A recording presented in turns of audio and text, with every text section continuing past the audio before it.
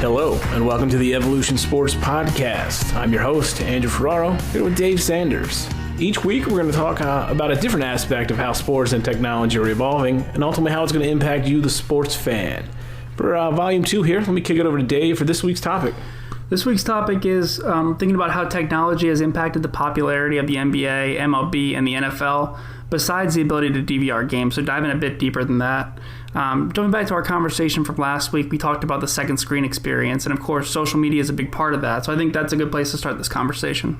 Oh, yeah. I mean, if you're going to think social media, I think at this point, you really have to think the NBA. They're really providing such a great access and amplification of, not only the players, but the storylines, and I think the NBA is winning the social media war. I definitely agree. Their storylines set themselves apart. I think it really has to do with the dynamic of the player team relationship. So the players, especially the star players, really do have the power in the NBA over teams. We see those storylines play out across social media over time. There's tons of speculation, more than we'd ever have through print or TV.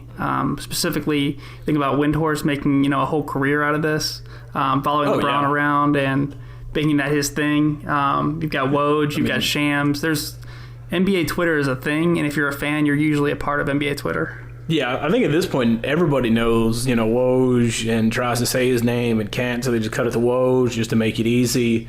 Yep. If you want to know what's going to happen in the draft, just ask Woj, because he can not tell you, but tell you 5 picks ahead. So he's the guy to go to. He's the Shefty of the NBA. So definitely see that one. And Shams is really blown up into something. I think he's the next Woj. So Woj and Shams are going to be a nice big thing there. Exactly, and that's where it seems like all NBA fans go to find their news. It really is from Twitter and from this instant newsbreakers like Woj and Shams. I think it also has to do with players feel empowered on social media, kind of due to that dynamic we spoke about. They're unafraid to share emotions on social. They have the ability to control the message, and they're not really worried about the consequences. No, I think I said a lot of social media is, and I guess public relations in general, is controlling the message.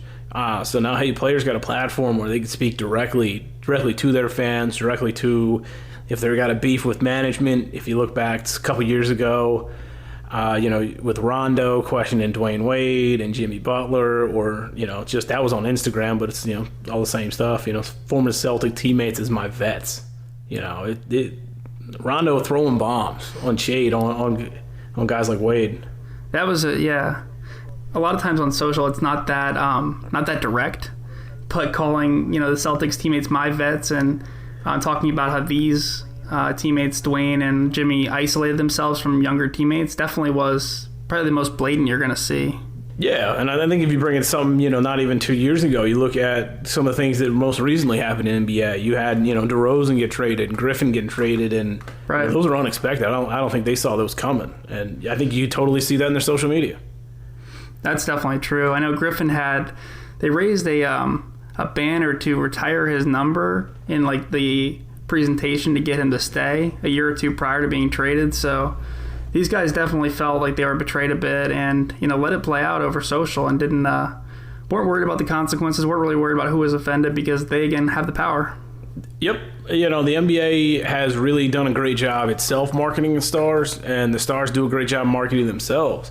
But even if you step away from star players and look at probably, I guess, the pre-draft controversy of the summer, Brian Colangelo and his 12 Twitter burner accounts. Allegedly. Alleged burner accounts, not run by him. As the story came out this week, from his dad, it wasn't Brian, but right. Somebody else. But you need to you got a star player like Embiid just mocking Colangelo. Yeah, definitely. He even said that Eric Jr. was his favorite of the burner accounts, which was great.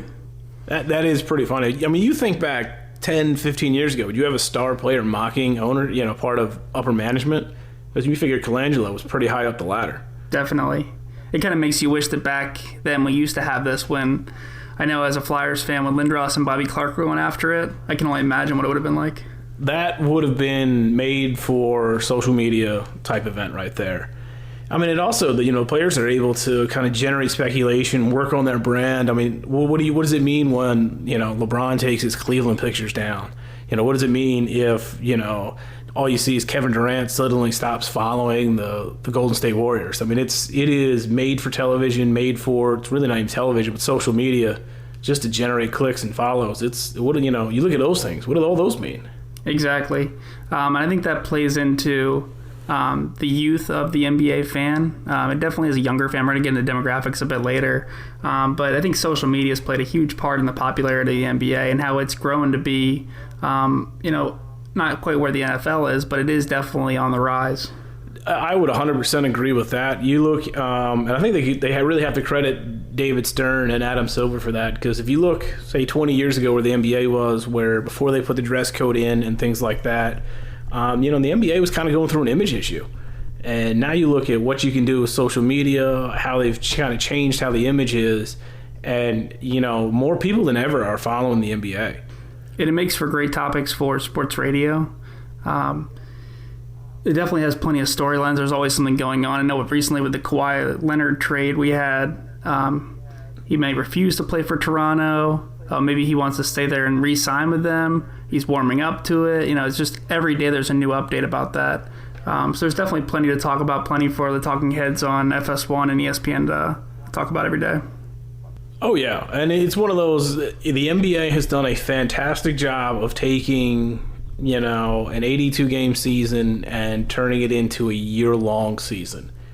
They finish the playoffs, then you get the draft buzz, then you get the draft, then it's, what are those guys doing in Summer League, followed by, with free agency. Then it's the season starts. Then it's, these teams are playing on Christmas. The NBA has done a fantastic job using social media to really generate some buzz and really making them from a kind of a what I would have considered maybe 10, 15 years ago more of a, kind of a winter sport, and, kind of fills the space between the NFL and baseball into something that people follow year round.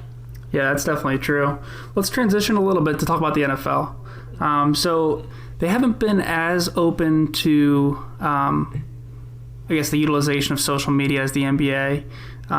They even in October of 2016, the NFL warned teams against posting highlights on social media, which I definitely thought was odd. I get that they want to have, the live rights paid for to be consumed and not just seen on Instagram or on Facebook.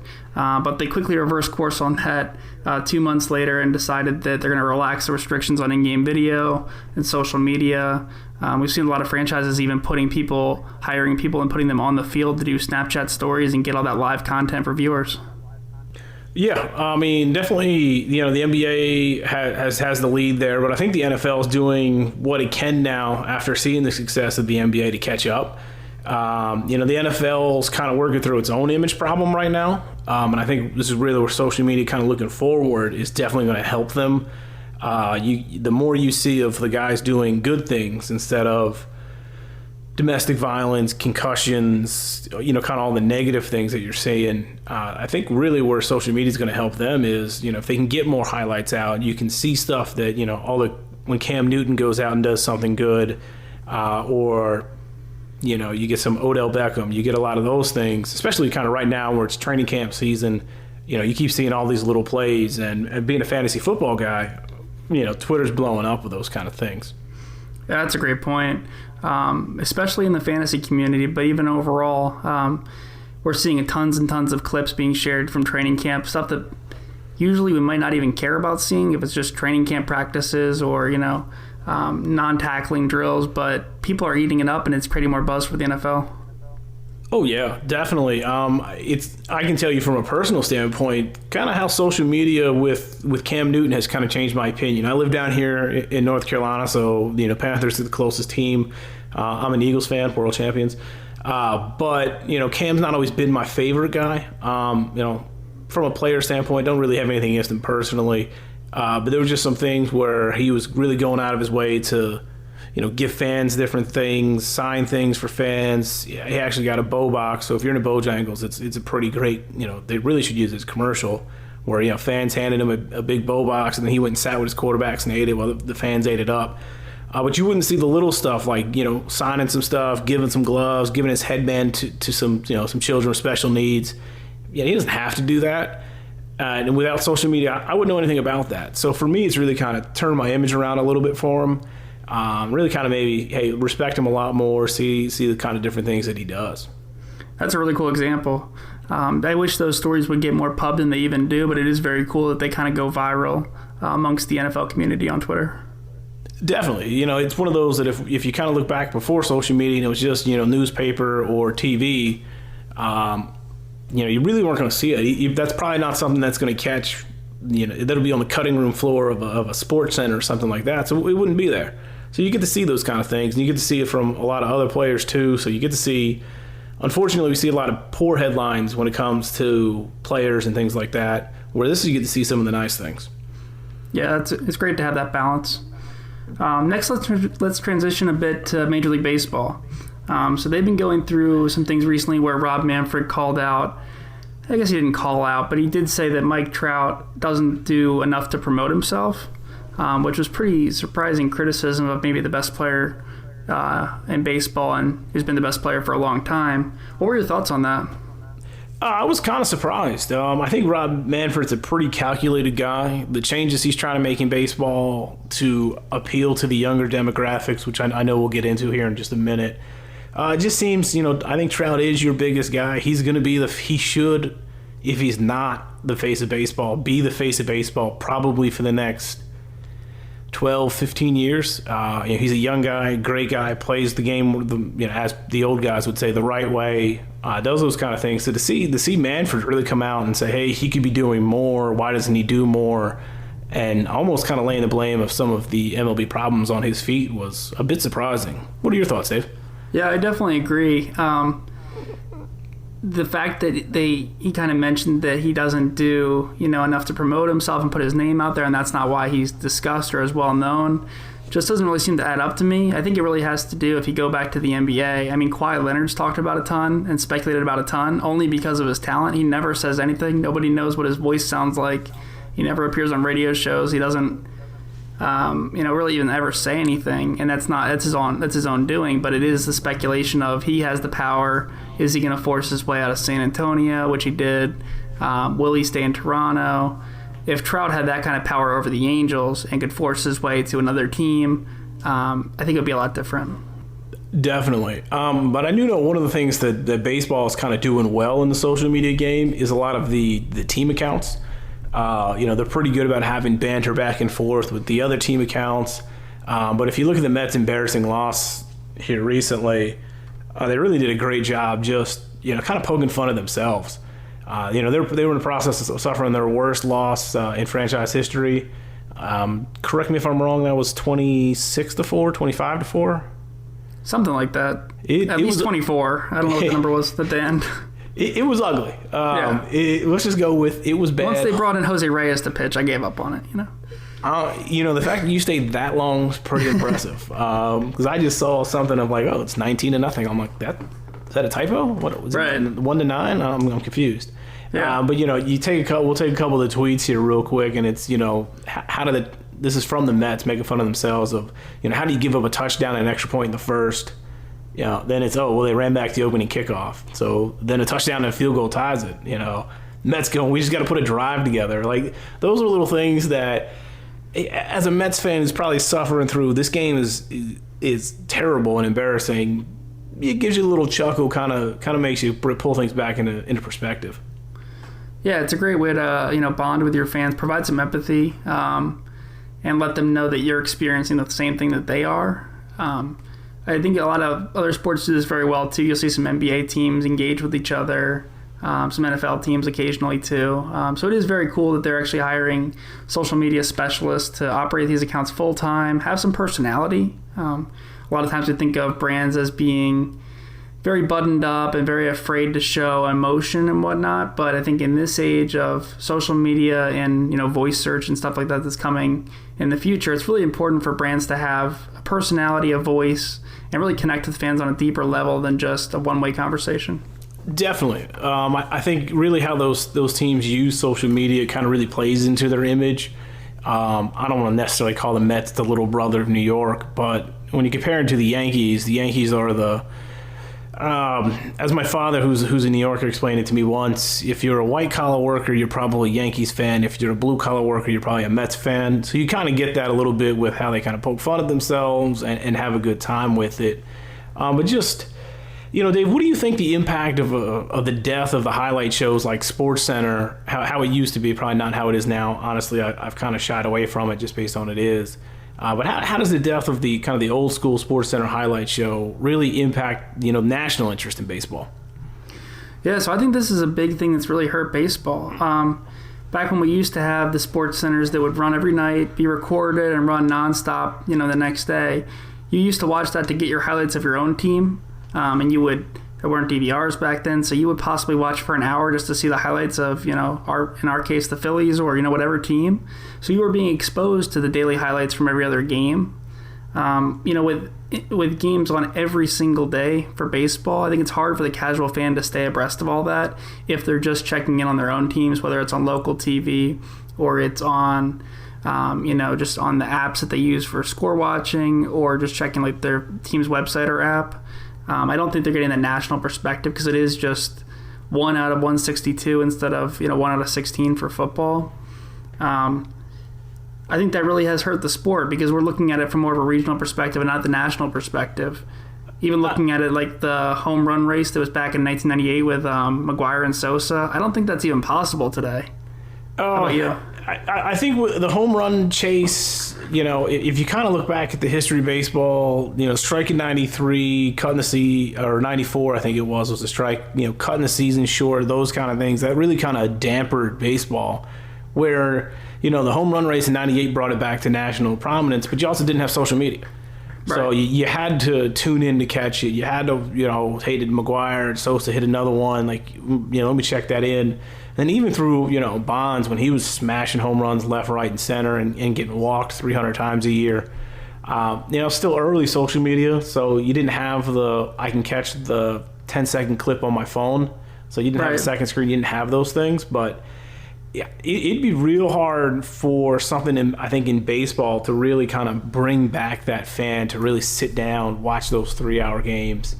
And like you said, the season's long. So if you catch it spring training, I want to see how my team's doing. Then you can almost tune baseball out all year, catch the All-Star game, watch the Home Run Derby if you enjoy it.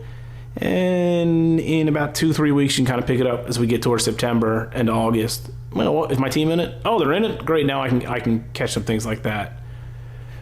Yeah, I think that definitely happens with a lot of fans. I've heard before, too, it's not a great national radio talking point. So back when SVP and Russillo was on with Scott Van Pelt and Ryan Russillo, they used to talk a lot of baseball segments where like tune-outs for the audiences. They didn't rate well. They get a lot of bad feedback, and eventually they just stopped doing it because it just wasn't, a positive experience for the listener. Makes perfect sense. Baseball is very regional. It's still, you kind of stick with the team you grew up. Yeah. But, if you kind of look at the segments, it's not as exciting because you have such a long season and you don't have a lot of the talking points and the bad blood that you get. I don't necessarily bad blood, but, just some of the issues and storylines that crop up in the NBA, the NFL. Yeah, that's a great point. If you look at it, just like one more point on this, too, is you mentioned Bonds, McGwire, Sosa. In basketball, they're handling the ball maybe 50 times a game. In football, the quarterback's dropping back, maybe 45 times a game. In baseball, they've got 3 at-bats and 4 or 5, whatever, and they may touch the ball in the field some. There's not the opportunity really you could go to a game and watch Bonds back in the day, and he might go 0 for 4, and you actually didn't see much, whereas in the NBA, they'd at least score something, or in football, they'd at least pass for something. Definitely. The exposure is kind of less. It's, baseball is very much a pitcher-catcher game with a hitter, so yep. Really trying to keep the buzz of where we've shifted as a society into the small bites and real tiny things, and trying to keep you entertained has really kind of been difficult. But I also think, fantasy sports, as I kind of mentioned earlier, something I'm big into, has really kind of changed how we consume sports. Mm-hmm. Just based on, if you look at something like the NFL, if you look back in 2005, there were 57 million people playing fantasy sports in North America, the United States, and Canada. Per stats.com, 73% of those played fantasy football. So 73% are playing fantasy football out of the 57 million. Only 35% are playing fantasy baseball, and actually only 23% played fantasy basketball. So I think this really kind of impacts your national interest in each sport. How knowledgeable fans are about teams, players around the league. You look at what the NFL's done. The whole NFL Red Zone is, personally, I think they specifically designed and tailored towards fantasy sports junkies. They definitely did, and it's become part of a lot of people's regular viewing habits. I know some people that, while they love watching their team every Sunday, they figure they can see all the touchdowns and big plays by watching the Red Zone just instead of watching their own team. Guilty. That is how I would. If you asked me, hey, you can watch, 2 full games on a Sunday, or you can watch Red Zone for 7 hours, I'm going to take Red Zone for 7 hours. No commercials. You're seeing everything that happened. I can keep track of my 8 fantasy teams. I think it's 8 fantasy teams at this point. Right. If when I need to. So if I see somebody happens, they fill you in on all the big plays. So you feel like you're not missing any action. So it's Red Zone's a great idea. It definitely is. Jumping back to that stat you mentioned, it's only 3 years old, and I would imagine that fantasy football might even be up more with the introduction of daily fantasy, and that's pretty well adopted now. Even though the TV commercials and whatnot have slowed down, DraftKings and FanDuel and Yahoo definitely have a ton of users on there, and that's only increasing the knowledge of the fan base as they get to learn these players across the country, and then they're watching them with Red Zone. So that definitely helps the national interest, but that doesn't really exist for baseball. Yeah, I would agree. If you ask me now and where the numbers are trending, we were at 73% football. I'd say that probably stays pretty flat to maybe going up a little bit. That's a pretty high number. If I had to guess, the more people are playing, but I'd say, if you tell me 3 out of 4 new people are playing fantasy football, I'd probably agree. I'd say baseball's probably gone down and basketball's gone up. Just as each league becomes either more relevant or less relevant, I think it really kind of makes that difference. I think you're right about that. I would assume that basketball's gotten a lot closer to baseball. Definitely. Yeah, as one goes down, the other one's going up. And at some point, basketball, I think, will pass it from a fantasy perspective. It probably will. Next, we're going to look at the demographics of baseball, basketball, and football fans per the Huffington Post. Let's start with baseball. Yeah, baseball fans tend to be slightly older than football fans, more likely to be 56 to 60 or a little older than that. Slightly wealthier, which kind of makes sense. You're older, you worked longer. And then the one that really surprised me is they're even more male skewing than the NFL or the NCAA. Yeah, that was really interesting to me. Do you think there's a reason behind that? I think it kind of goes back to, if you look at the popularity through this age range as they were growing up and moving into the workforce and things like that. The NFL's been around, but if you look at kind of where the popularity is and being on every Sunday, probably wasn't happening. Same with the NBA. You had the Dream Team and things like that. Then you had Mike through the 90s. But if you go back in the 60s, 70s, there's not a ton there that people would really recognize. But you kind of grew up with baseball. My dad grew up watching. He was at the Met Stadium. He was at Shea, and my grandfather, if you called him during the ball game, he wasn't answering. So it was one of those, he didn't pick up, ball game must be on, because he was watching it every day. So it makes sense that those fans are going to be slightly older, a little more wealthy, definitely compared to, say, where football fans are. Yeah, that makes a lot of sense.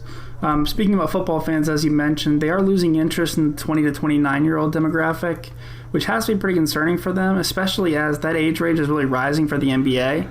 About 43% of the NBA's audience is under 35.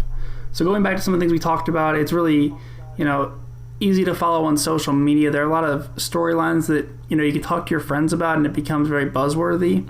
I think that definitely has to do with it. Is there anything else you think that may contribute to that?